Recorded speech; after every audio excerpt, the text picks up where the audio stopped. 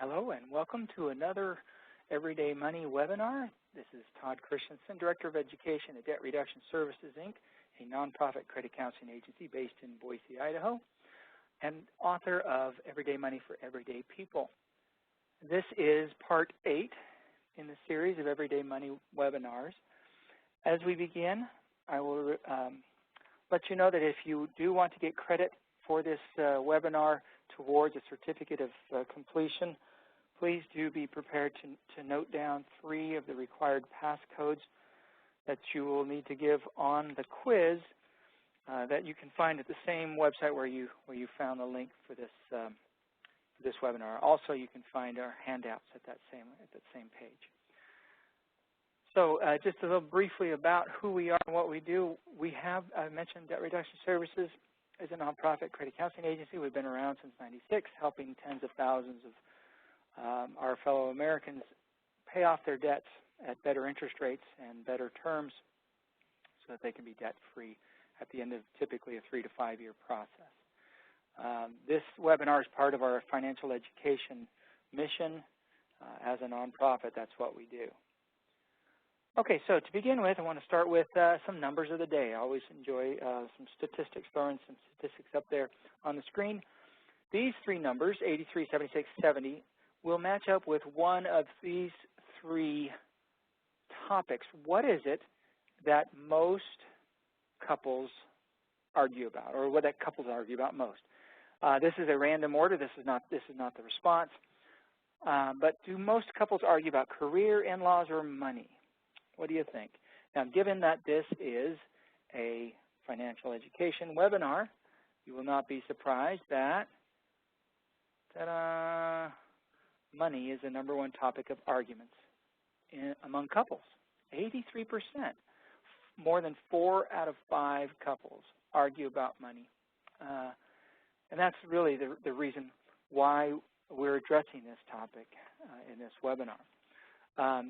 And if you look at it, career, really that often has to do with money as well, though it also has to do with power, which, not surprisingly, money is also an issue of power and control in unfortunately, in many relationships. So I'm not blaming money for divorces. I know a lot of people will say that the #1 cause of divorce is money. It's not. That's like saying the #1 cause for any building to collapse is the hammer's fault. Money, hammers, they're all tools. It's how we view them, how we use them. Money is a symbol in many relationships of power and control on the negative side versus freedom and teamwork on the positive side. So it's how we look at it, and we all come with a very different money backstory. Even growing up in the same homes with siblings, you may have a different backstory in how you view money, what does it represent to you. But here we go. Let's go ahead and get the first passcode that you're going to need. It's allowance, ALLOWANCE, allowance. And at any time, of course, being a recorded webinar, you can always pause and rewind this webinar and pick up at another time. Okay, so let's talk about the goals of this workshop. First and foremost, we hope to provide some information, provide some goals and tips and tools to help spouses minimize the arguments over money, as I mentioned, which is too often blamed for divorces. Spouses, our #2 goal, we hope that spouses can become more unified in their approach to money.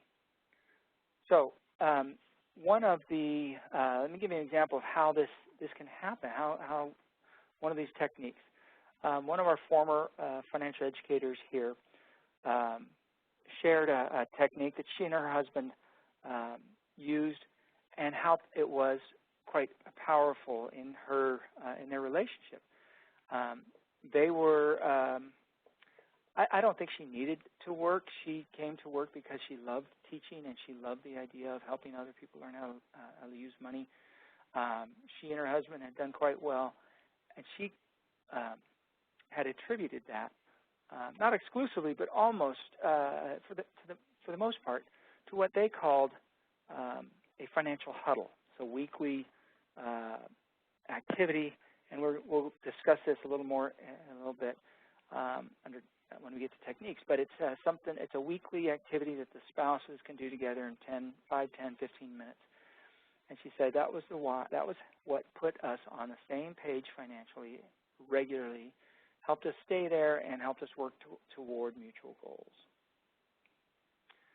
Now, even if you don't have time, or if there are weeks where you just are not around, you can't meet as a couple, which should be far less often than is the case for many couples. If we have an hour and a half or 45 minutes to watch a show on Netflix, we probably have enough time to sit down and talk about something as important as taking care of our financial obligations and working together on that. But even if you can, there are some weeks where that just is impractical. Still, the spouse who typically there's one spouse who might facilitate the finances, balancing the accounts, making sure bills get paid. They should at least be able to provide a financial report or statement to the other spouse to let them know, here's what's going on this week. We have money coming in. Here's the money we have coming in. Here the bills are getting paid, and so forth. So the goal of this weekly huddle, or even of this kind of report, even if you're not married or you're not in a committed relationship, this is still something you should be doing on your own, looking this over. But the goal is to move from this kind of relationship between spouses or with money to one where, hey, we're on the same track. My money's going the same direction I am, or we're heading in the same direction on our financial goals. Are we heading in the right direction together? So here's what a financial huddle is. First, 10 or 15, 20 minutes. Set aside that same time of the same day every week to meet. Now, one, as I mentioned, whoever typically balances the account, checking account, checkbook, that can be done ahead of time. It'll save even more money, or save any more time. But you sit down, and here's what you're going to do. You're going to pull out. First of all, you're going to pull out. You're going to remind each other what your goals, your long-term and short-term financial goals are. For a reference, make sure that you look at your goals from the early webinar that we did, on financial goals and setting financial goals.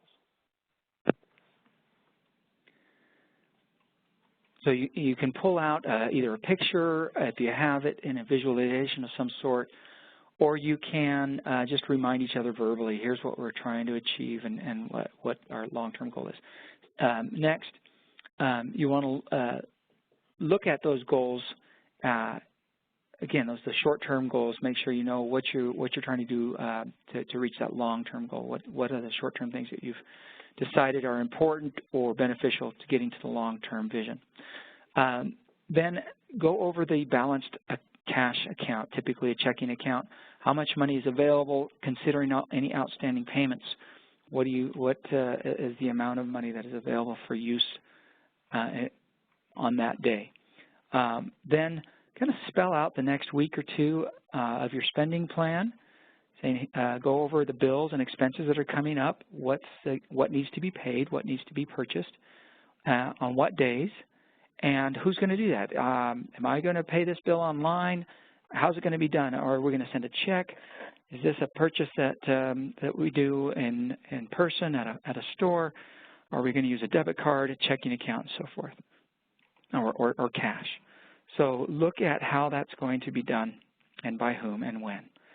And just do that for the next week or two so that both spouses know what's coming down the pike. And then finally, return after that, figuring all that out, return to the goals, looking at the goals, talking about the goals and the vision, and simply ask, what can we do in the next week or two to get closer to that goal, even if it's $5 or $10 that you can come up with to put into a savings or investment plan. That's anywhere from $400 to $500 a year if you can do that on a weekly basis, which can get you quite a ways down the road. So just working together can help avoid the frustration of both making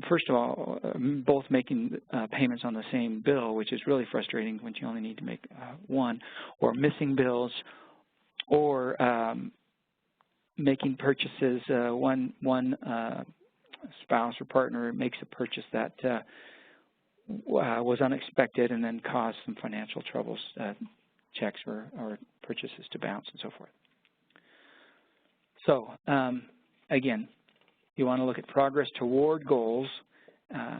You want to include expected income for the next week or two, expected projected expenses, how the bills are going to be paid in person, cash, debit, online, so forth, and by which partner. And then a report of the current and projected cash available in that account and what you can do to get closer to those goals. Now, here's the second passcode. It is BUCKS, B-U-C-K-S, BUCKS. All right, let's do a hands-on activity. If you need to, you can pause this webinar, of course, and go to the download the handouts from the page where you found this webinar. And in that handout, you'll find a financial huddle checklist and commitment on one of the pages there. What you can do is with your spouse, or if you're in a committed relationship, or even if you're on your own, decide upon a day and a time that you're going to hold your own huddle. Write it down, verbally agree to it with your partner, but certainly put it in writing, sign it, agree to it, that you're going to hold this financial huddle on a regular basis at that regular time. Go ahead and take a moment, go ahead and pause this to go ahead and take care of that. I'll give you just a moment.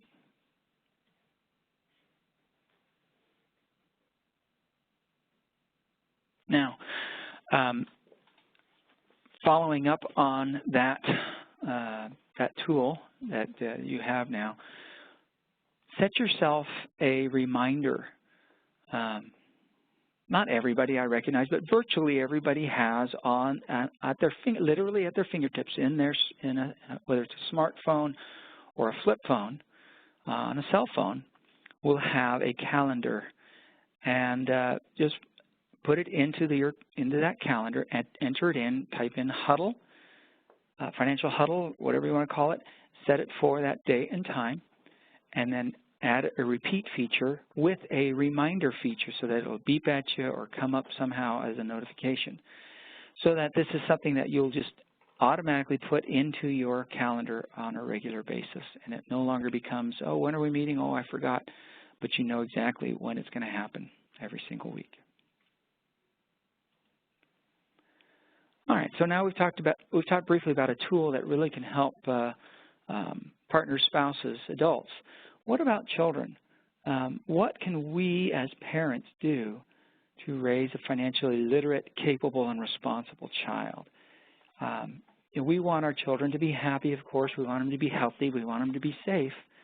We do want them to be financially stable, whether or not we'd like them to be millionaires or one of the very few billionaires in the world. That's probably a overreach in most cases. Do we need it? What is our real goal for them? We typically want them to be healthy, stable, happy, and so having a certain amount of money is not necessarily a guarantee of happiness, but stability in finances and reaching financial goals can be really powerful in having a satisfying life. So when we talk about raising a financially literate generation or capable generation, we're not talking about amounts of money that they should have or earn or even amount of income. but are they stable and responsible, paying their bills that they do have and meeting their obligations? Unfortunately, as parents, we may think, well, you know what, if I'm sure they'll figure it out. We did. Most of our generation was not, many parents in previous generations did not sit down with their children and say, well, here's what you do, here's how you budget, here's how credit cards work, here's how you pay off debt, here's the difference between a debit and a credit card, or here's why you don't want to borrow money to go in. It's just, it was not either. If you ever asked a mother or father at the dinner table, hey, how much do you earn? Most often the response I get from people who share what they heard was, it's none of your business, or you don't have to worry about that, or something along those lines. We too often will kind of shut down our children's natural curiosity about money because we think it is, we tell them it is rude to talk about money, or it is impolite, it is inappropriate. Whatever, any of those ways of responding basically tells that child, we are not going to talk about money. You're going to have to figure out it's a secret, and you're not going to get the secret from me. Not the best parenting technique, to be honest. Unfortunately, too often as parents we feel, well, you know what, I don't want to talk to them about it because I'm not really the best role model. We might be uncomfortable talking about money because we're not the best role model. And yet, if you think about that in terms of, well, do we talk to them about drugs and about problems with alcoholism and that sort of thing? Even if many parents have had issues with those in the past, they're still going to want to talk to them about it because they know if they don't, who's going to teach them about avoiding problems with drugs and alcohol? Their friends, well, those friends typically are the ones that are offering those items, or the dealer on the corner. You know, we're not going to leave it to them. We know it's our responsibility as a parent. And it's the same thing with money. If we don't address, well, here's how credit cards work, and here's why you don't want to get into a lot of credit card debt, and because of interest, and if you miss payments, then you're going to end up higher interest rates and so forth. And it's okay to say, look, you know what, when I was your age, I got into a lot of credit card debt, or, hey, you know, we have gone through some tough times and we've had to deal with some negative financial issues, and this is why I want to talk to you about it so that you can avoid some of the mistakes that I've made or that my generations have made. But pretending that they're going to have to learn on their own and they'll be fine is not a good way of approaching parenting in this case. We need to. We can't leave the teaching, this teaching and discussion to others. Otherwise, they may just turn to somebody who they likely will turn to somebody. Let me rephrase that. They likely will turn to somebody who really either they shouldn't trust or that's just going to give them bad advice. And then, of course, if they do get into financial trouble, who do they come back to anyway? Right? That's kind of the lifelong parenting issue. So. There are a lot of good books out there, by the way, about raising financially responsible children. It's not easy, but it's worth the time. Check out your local library for some of those books.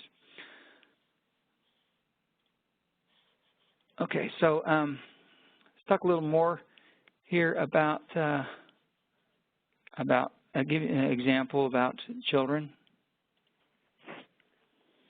and helping them develop proper relationship with their own money. Because here's what they learn from just observing us. Even if we don't talk to our children, we think, well, you know, they'll learn about it on their own. They are still learning from us. They're learning attitudes. They're learning habits and skills. They're learning work ethics. They're learning values and perspective. So as an example, what kind of attitudes might they learn from us as parents? Optimism or contempt or anger with regards to money. Habits, are they learning budgeting skills? Are they observing budgeting skills, budgeting habits?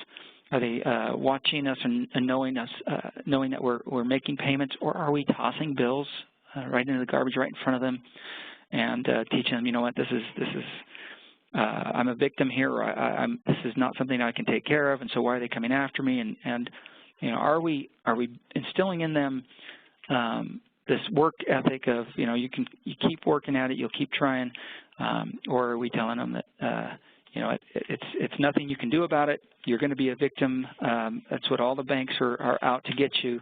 That's not a way to build a healthy relationship between a child and their future financial situation. So let's kind of talk about some specifics here. These are some teachable moments that we probably want to avoid. Let's just say avoid. One, are we arguing about money in front of our children with our partner, with our spouse, or even yelling about it, yelling at each other about it, even if we're in our bedroom? It's not like our children don't know what we're doing. Typically, they're outside the door or down the hall, and if you have a couple of kids, one might say, "Hey, what are mom and dad doing?" Or "What are they doing in there?" "Oh, they're just arguing about money." One, this creates tension in the home, of course, whenever money is brought up. But two, what can happen is the child will grow up thinking, well, money was always a source of arguing between my parents. So my future spouse and I will never talk about money. We will be so happy because we're not going to worry about money. And yet it's not something to avoid. It's something to address together. Hiding money from our spouse. Wow, telling them something like, don't tell your mother, don't tell your father. This teaches children to be secretive with money, leads inevitably to distrust of our partner as far as money goes. You know, if my mom or my dad hid money, then my spouse is probably hiding money from me too. So avoid scenarios where you're asking your children to hide, to not talk about money that you're spending that you don't want your spouse to know about. Now this, of course, does not include buying gifts for birthdays and things like that. That's something different. Gambling, playing the lottery, trying get-rich-quick schemes. Any of these will simultaneously teach our children that, one, we're not content with what we have, which is not the same thing as being ambitious, because somebody who's not content with what they have usually is never content with what they have, no matter how much they have. There's always more to buy, spend, have. But two, it also tells them that the only plan for secure financial future is completely left to chance, and that's what gambling is. No matter what you think about the lottery, it is still a game of complete chance. I go into this in much more detail in some of my other webinars, but avoid playing the lottery, avoid letting the kids think that this is a healthy attitude and a healthy relationship with money. Showing fascination for the rich and famous, reading magazines and journals or newspaper articles about the wealthy, I shouldn't say the wealthy, about big spenders. Let's talk about those the celebrities and that are wearing certain styles of clothing and driving certain cars because that's how they get attention. Now this creates in the child an attitude of us versus them. Well, they must have some sort of secret to success, and we'll never have that. That's one of the poor attitudes that might result from this. Two, the child may also think that, well, mom or dad thinks that this is what success is, so unless I'm doing that, I'm not successful in their eyes, and they'll never be satisfied with my efforts. So make sure that the child understands that reality. Here's the reality. I mean, there's a lot of books about who the wealthy are. Unfortunately, when most Americans think about the wealthy, they're not thinking about those who are actually wealthy. They're thinking about those who are seen to be spending a lot of money. This would include quite a few celebrities in not just Hollywood, but in the music industry and TV, but also athletes. Earn a lot of money, yes, but spend a lot of money typically as well. These are not the typical millionaires or those who are typically wealthy. We wouldn't even know that we're living next to most millionaires. If you're living, they live in typically a very common home and driving used American cars, nothing special. But there's quite a few books out there. I'll just name, The Millionaire Next Door is one. But you can also look at things like Gene Chatsky's The Difference. A lot of good books that I highly recommend. Would be much more beneficial to talk to their children about than reading People or Us or things like that. If we're complaining about the cost of buying a home, especially with the 8, 9, 10 years ago, the problem with home prices and how you can't buy a home and trust that the value is going to stay where it was. Most people complain about that. Will forget that for the 3 years before the home prices dropped, they were accelerating exponentially. They were going up 50% a year for about 3 years before the 2006 collapse. Unless you were like me and bought at the top of that housing value market, your home value typically was back to normal within about 3 years, 4 years. There were a lot of problems because a lot of people got into homes they couldn't afford. I'm not going to blame the financial industry completely on that, the lending industry, because there were a lot of people that got into homes they knew that they could not afford, or they were told, oh, you'll be able to refinance this in a year or two. Homes are not meant to be used like that. So they're meant to be stayed in and lived in for, if you can't live in a home for 5 or 10 years at a time, you probably shouldn't be buying a home. Anyway, homes are still for most households, if you got good credit, it's still a much better situation than renting for long term. Same thing, I want to talk about the complaining about the cost of higher education. Yes, student loans are a big deal right now. As of the recording of this webinar, people are complaining about problems that are caused by student loans. That is because there's a very small minority of students who get into way more debt, student loan debt, than they should, based on either the school that they're going to, and there are some, particularly some of these proprietary schools, for-profit schools that are lending way more money than they should, and with the degree or with a certificate that is not equivalent to the amount of money that they're borrowing. They're not going to allow you to earn much money. But there are times when even somebody who goes to a reputable school may have a hard time finding a job afterwards. But guaranteed, with a degree, you're going to be much better off long term. I shouldn't guarantee, but the vast majority are much better off long term. In fact, almost double lifetime earnings than those without degrees. So instead of complaining about the cost of higher education or the dangers of student loans, we need to be teaching them, hey, student loans are not a horrendous thing. It's not ever fun to get into student loan debt, but if it's done wisely and very modestly, not getting a lot of student loan debt, it still can be a powerful tool for long-term stability. My fear is when I go into high school classes and I talk about ask about kids going to school, they're saying, oh, well, I would, but I'm never going to get into student loan debt because I've heard that it's just this awful thing, and they're shutting the door on great future opportunities to have to be able to reach some of their goals. Talking regularly about being poor is another thing, not too healthy attitude, or saying, oh, we're too poor to afford that. That may be true. But the child knows that, we just came out of Walmart and spent $150 on food and stuff, and they see what's in there, and it's not always just needs. It's usually it can often be a lot of junk food or a lot of stuff that is not considered a need, and yet they ask for $1 for the vending machine. Oh, we can't afford that. Now, just tell them, you know what, that's just not a priority right now. That's not our priority. Talk to them about priorities is better than telling them they can't afford it, and it helps them understand that, hey, if mom and dad have priorities, maybe I should have priorities.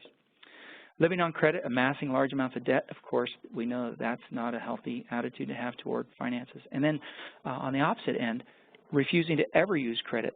This is something that's growing upon among a certain population because there are some supposed financial gurus that are saying, no, you never need to have credit. You can even buy a home. All you have to do is go to this certain company, and you can buy a home without having used credit. And by the way, I'm never going to tell you that I own that mortgage company, or I'm a major partner in that mortgage company. I'm going to make a lot of money off of you. Using credit is not a bad thing. Credit is a tool. As long as it's used wisely, you don't have to carry balances on credit cards. You can make minimal purchases and build excellent credit so that in the future you can buy a home that you can afford and make good monthly payments and get out of debt and pay off that mortgage. You don't have to go crazy with credit cards, and you don't even have to carry a credit card around. There are ways, and I have a class, another webinar on that. So those are just some of the things we have to be careful about. We need to be teaching, we do teach them everything else from sports and cooking and safety and hygiene. So why not teach them about money?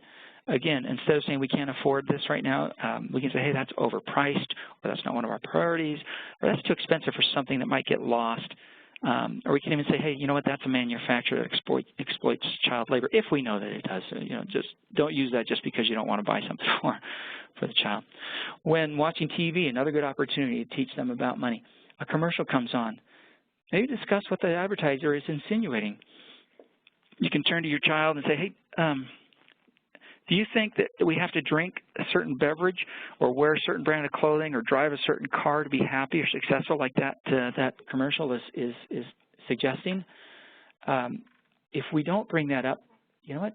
A 8, 9, 10-year-old child is going to start associating success with brand names and with certain products. Have we opened up a savings account for our child, and have we done it early? Let them have a savings account even as early as 3, 4, 5 years old, and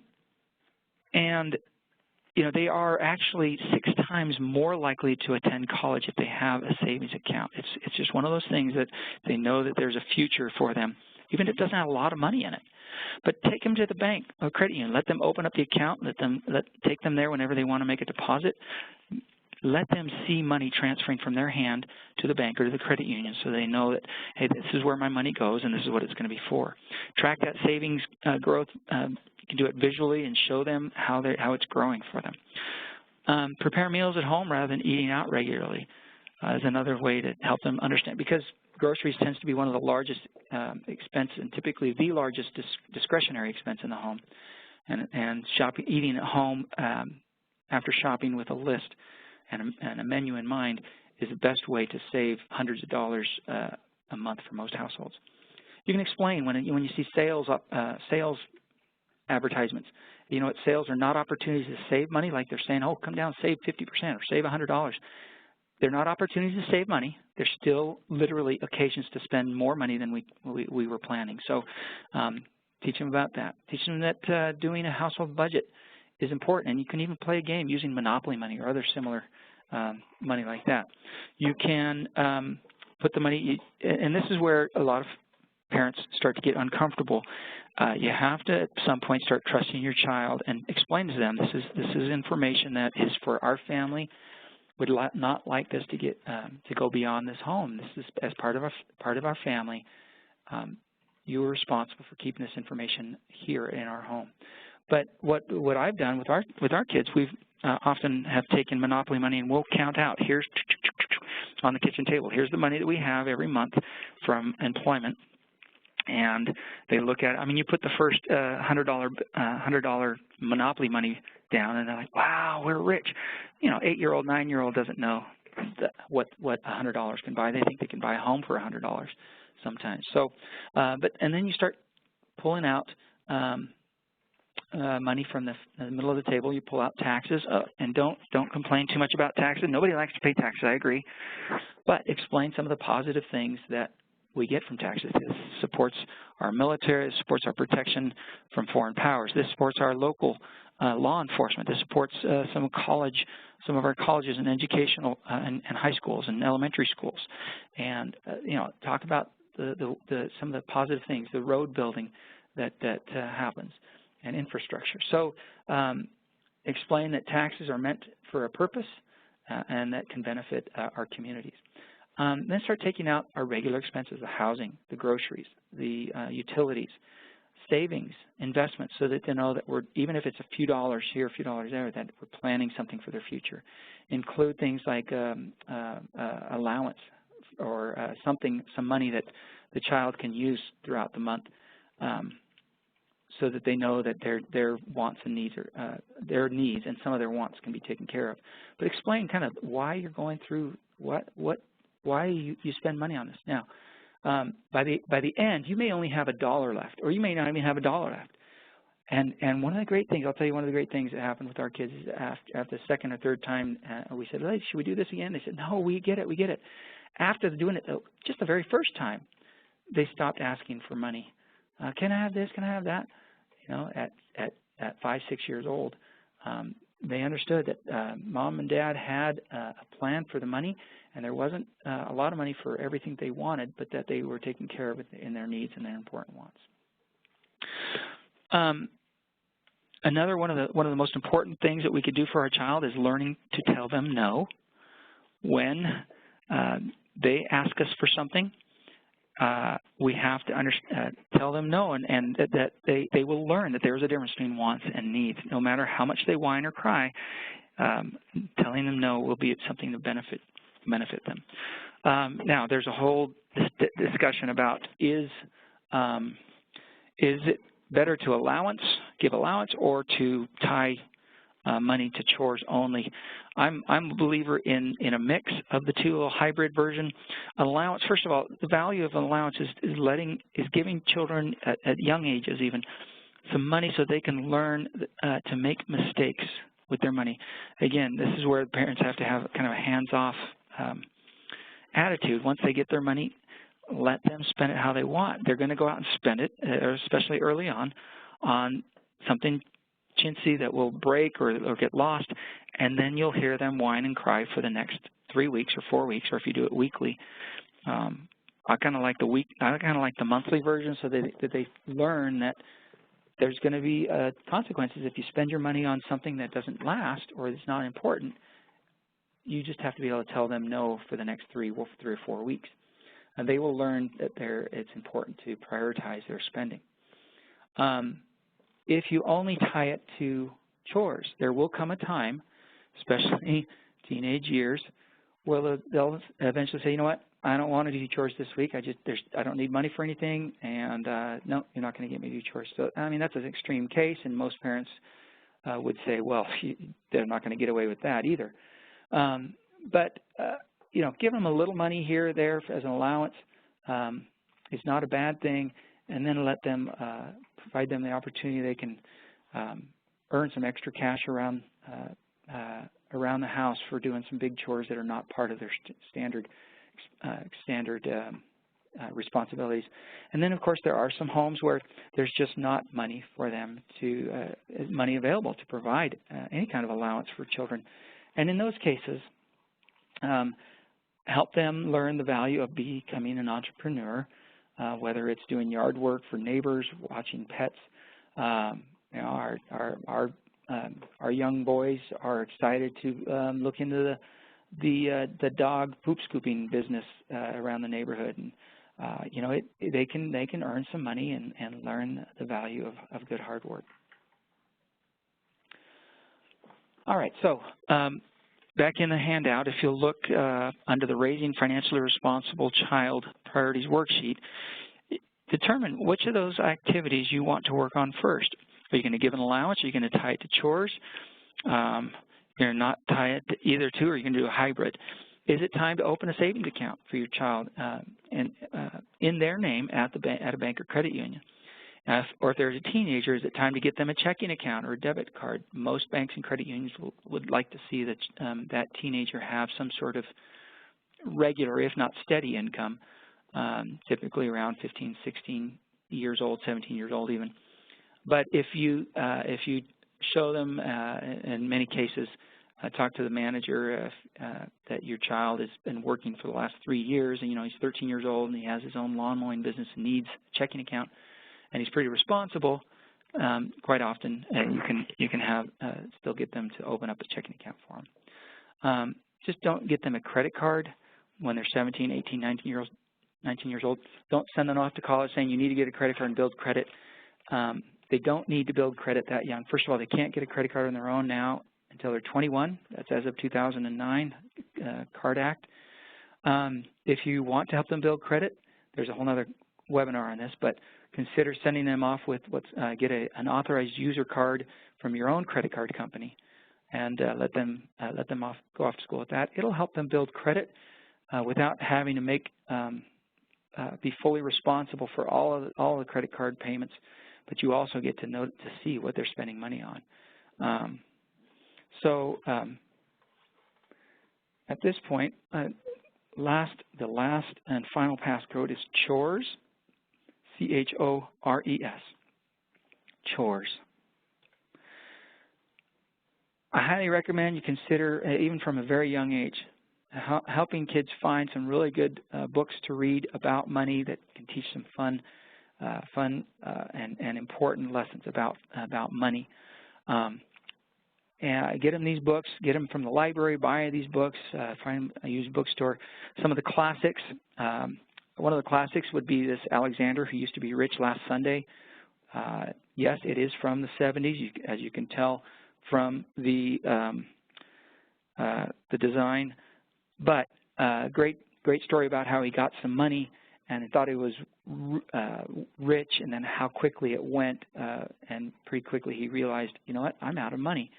And he'd only gone a few days and didn't realize how quickly it could go. Trouble with Money from Berenstein Bears. Almost all kids love Berenstein Bears. They have 3 books that I know of that address money issues. This is the one that I like, Trouble with Money. Good about a good story about saving and earning versus just spending money. The other 2, one of them is about checks, which is not a bad. That's not a bad one. It's for probably a little older kids, 10, 11, 12 years old. The third one I highly recommend against. About it's a fun story. It grates on me. It's the Cubs Get the Gimmies, and essentially it teaches parents that you should give children some money every time you go to the store so they can buy something, and that if they throw a tantrum, they don't get the money. A lot of parents, including myself, think that children should not expect money every time they go to the store. And then It's a Habit, Sammy Rabbit. Love this book by Sam Resnick. Met him a few years ago and got a copy of his book. Took it home. I thought, it looks like a little too much reading for my kids. They were 6, 7 years old at the time, and they loved it. It's about him coming across a carrot patch and going a little overboard on eating the carrots, and then learning the importance of saving and the value of preparing for the future. But there's just a couple of examples. So at this point, I'd invite you to complete, if you haven't done so already, some of our other Everyday Money webinars. You'll find them through our website at debtreductionservices.org, among other places. And we are always available to answer questions that you have or point you in directions for resources. Do feel free to give us a call. We're happy to help. That's what we're here for. We're a nonprofit with the goal of promoting financial stability and success in our community. So thank you again for joining me, and I wish you guys all the best. Have a great day.